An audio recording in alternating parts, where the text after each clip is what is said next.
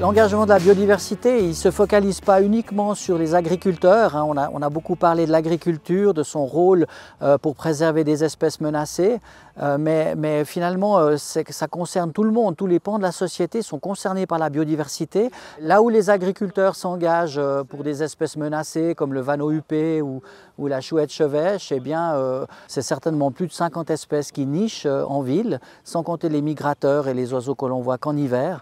Si l'on pense par exemple aux martinets, aux hirondelles de fenêtre, ce sont des oiseaux qui sont en diminution.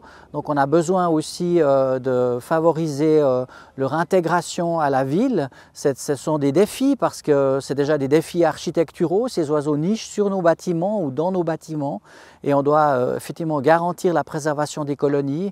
On doit favoriser aussi l'installation de nouvelles colonies de ces oiseaux pour que ces espèces aient encore un avenir dans l'environnement bâti. Donc réellement les villes, les agglomérations, les villages ont un grand potentiel pour la biodiversité et singulièrement aussi pour les oiseaux. Le principe pour préserver les oiseaux est identique partout, c'est-à-dire qu'il faut à la fois le gîte et le couvert, il faut que les oiseaux aient suffisamment de nourriture et chaque espèce a ses propres besoins en nourriture, et puis il faut aussi qu'ils aient un endroit pour nidifier, donc un habitat propice et aussi différent souvent pour chaque espèce. Donc c'est pour ça qu'on parle de créer ces milieux en mosaïque.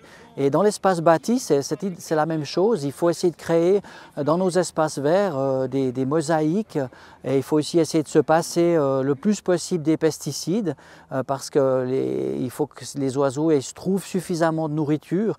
La grande majorité de nos oiseaux des parcs et jardins se nourrissent leurs petits avec des insectes au printemps. Donc ils ont besoin d'insectes et on sait que c'est un grand défi puisqu'on assiste à un effondrement des populations d'insectes. Et donc pour ces raisons-là, il faut effectivement recréer des espaces fleuris avec des fleurs vraiment si possible indigènes qui sont beaucoup plus intéressantes pour les pollinisateurs et pour les insectes qui vivent chez nous. Et donc c'est ces mesures-là qui vont permettre d'améliorer la qualité des espaces et donc aussi la présence des oiseaux en ville.